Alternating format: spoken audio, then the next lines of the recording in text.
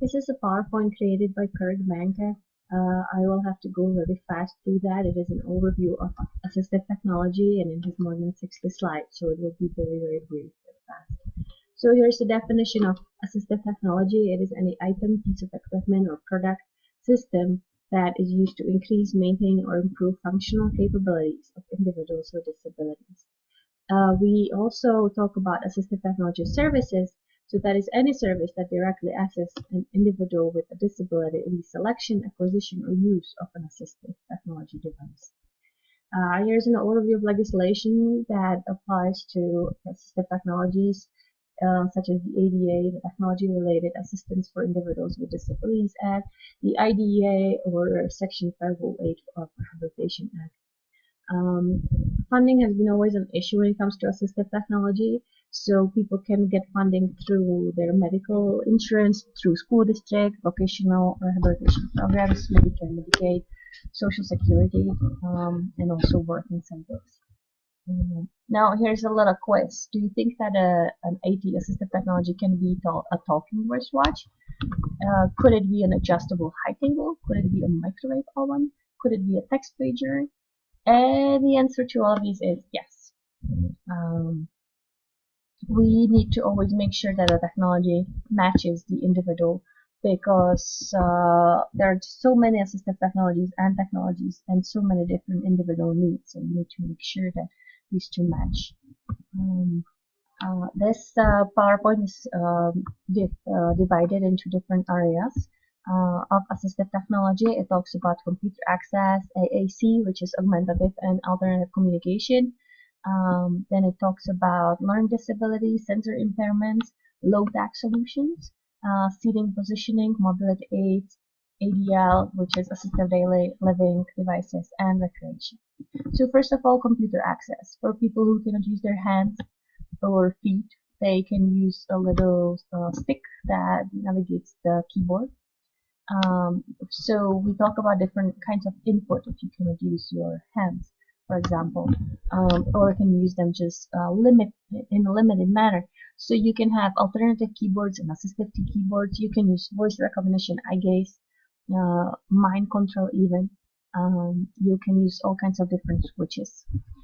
Here is an example of an on-screen keyboard with different key layout as well.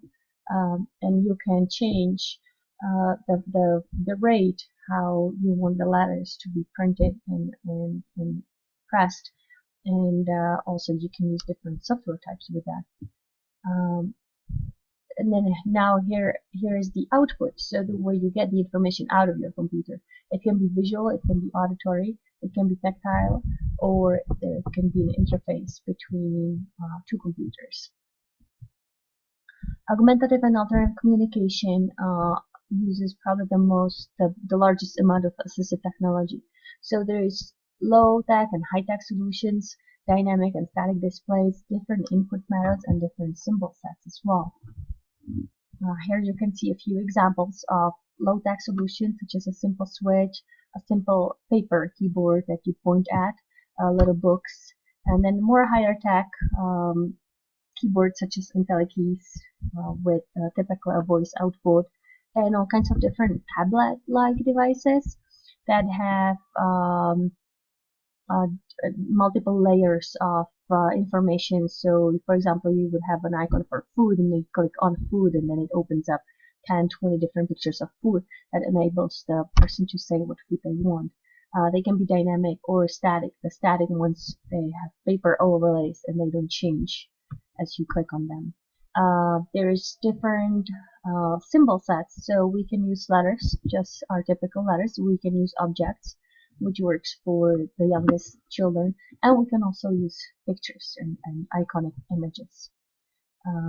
People with learning and cognitive disabilities have benefited from a lot of reading support and writing assistance, also organizational assistance and math and spelling support. So their education has been just so much nicer and easier with all of these assistive technologies that they can use for reading and writing and math and organization. You would not believe how much there is available now at schools. You just have to find a person who knows about that, the tech tech person who supports the school district and ask about all that, because there's just so much you can do for your students now. Here is a few ideas. So that on the right side of the picture is a talking fan. You just read over text and it reads to you.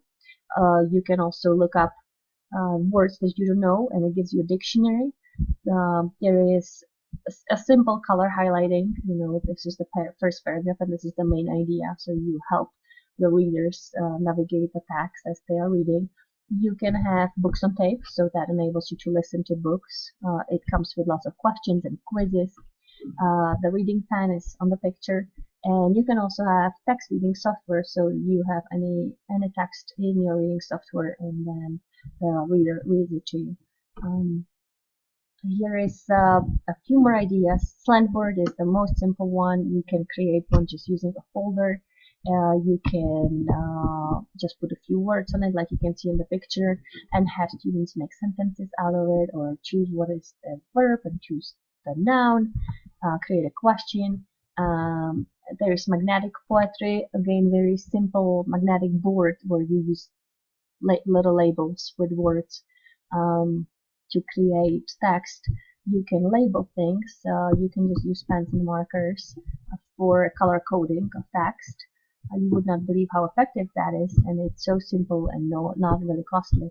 Pencil grips enable students to hold pencil or marker and have an easier time writing. Raised paper is paper with raised lines, that where kind of your pencil gets stuck between those lines. And then there's also lots of writing templates.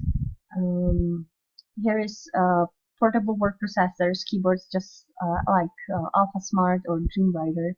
They are super simple, and for students who have a really hard time writing, this is the best solution, where they just can type the text. You can also print out from them, and some of them have voice output where you can listen to what the student types. Here's a few more of them. They are more expensive and a little smaller, and also these come with organizers, which really help students with learning disabilities and cognitive disabilities to stay organized and not to forget homework and so on. For math and spellings, we have lots of calculators. We have spell checkers. We have fraction calculators, talking calculators. And here is a few ideas for people with visual impairments. They need access to print and computers, and also with regard to their orientation and mobility.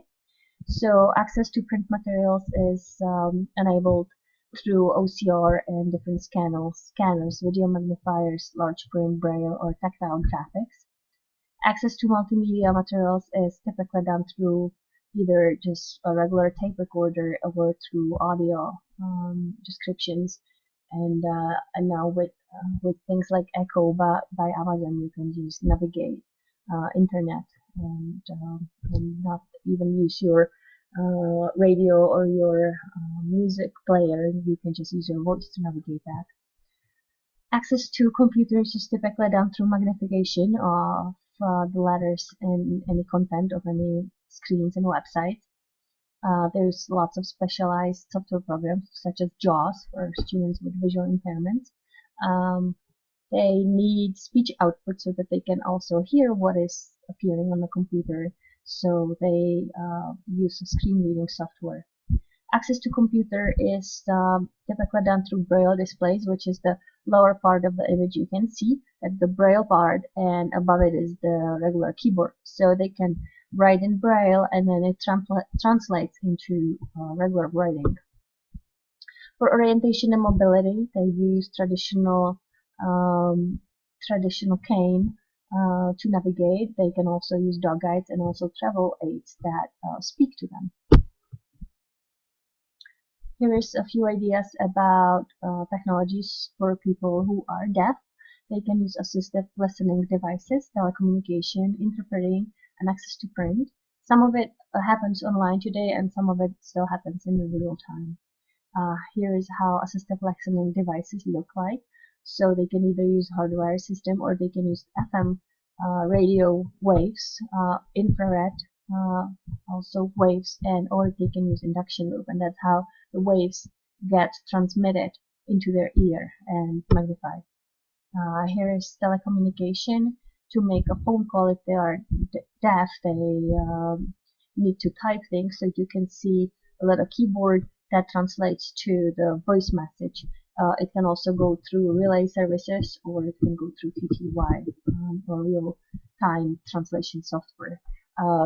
Just the use of email or Skype for people who are deaf have been the most amazing advantage and advancement of their life. Interpreting is another service that deaf people use. It can sign languages or exist in every country, not only American Sign Language. Interpreters can interpret from different languages, spoken as well as sign languages. The interpreter has to follow several rules, such as they have to interpret for everyone. They have to keep communication confidential. Sometimes they need breaks to reduce fatigue because it's really demanding, so they interpret for about 10 minutes and then they switch with someone else. And they might also have varying degrees of skills. People who are deaf need to have access to print and multimedia materials simply because they cannot hear. So there's transcription, there's note taking, there's open captioning and closed captioning on TV and films. People with mobility issues benefit from independent living aids, such as alerting devices, car devices, or hearing dogs. They also benefit from different seating and positioning devices, mostly wheelchairs that come in many forms and sizes. Seating and positioning is very important to provide comfort, stability, facilitate function, and reduce the onset of secondary disabilities. Here's a few types of seating systems: linear, contoured, custom molded, and combination systems. Often we use cushion because people sit for long periods of time, so cushions can be made out of foam, gel, air, or honeycomb. For mobility issues, there's lots of assistive technologies, manual devices, power devices, driver control options, and other mobility devices. Here's a few dependent and independent mobility devices. And here's some power mobility devices, such as a scooter or a powered wheelchair.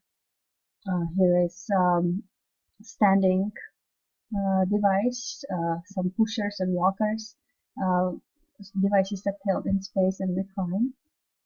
And here's what we can do for people to drive.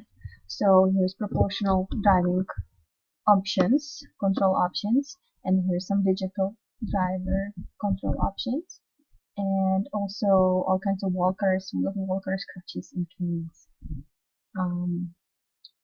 The mobility devices typically connect with other assistive technologies. So there is mounts to mount keyboards and assistive communication devices, to have computer access, to mount switches and eye gaze controls and so on, so that all can be mounted to the wheelchair. Here's devices for daily living, aids to daily living, spoons and different cups and electronic devices that turn on light and music and TV and temperature and all that. So we can divide them to areas that we use in bathroom and bathing, food preparation and kitchen, dressing aids, and household aids. Aids to daily living, here's a few images for bathroom, different bars and stools and raised access, easier handles. Here is easy can openers and knives for cutting. And here is some aids to button shirts and lace, shoes, and open zippers.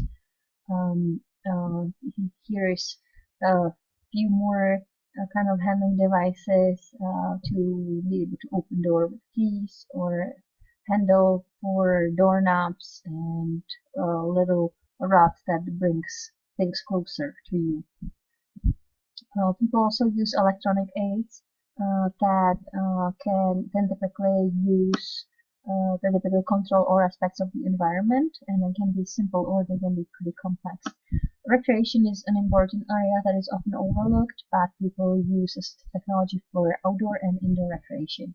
So here's a few images for that, and finally some resources.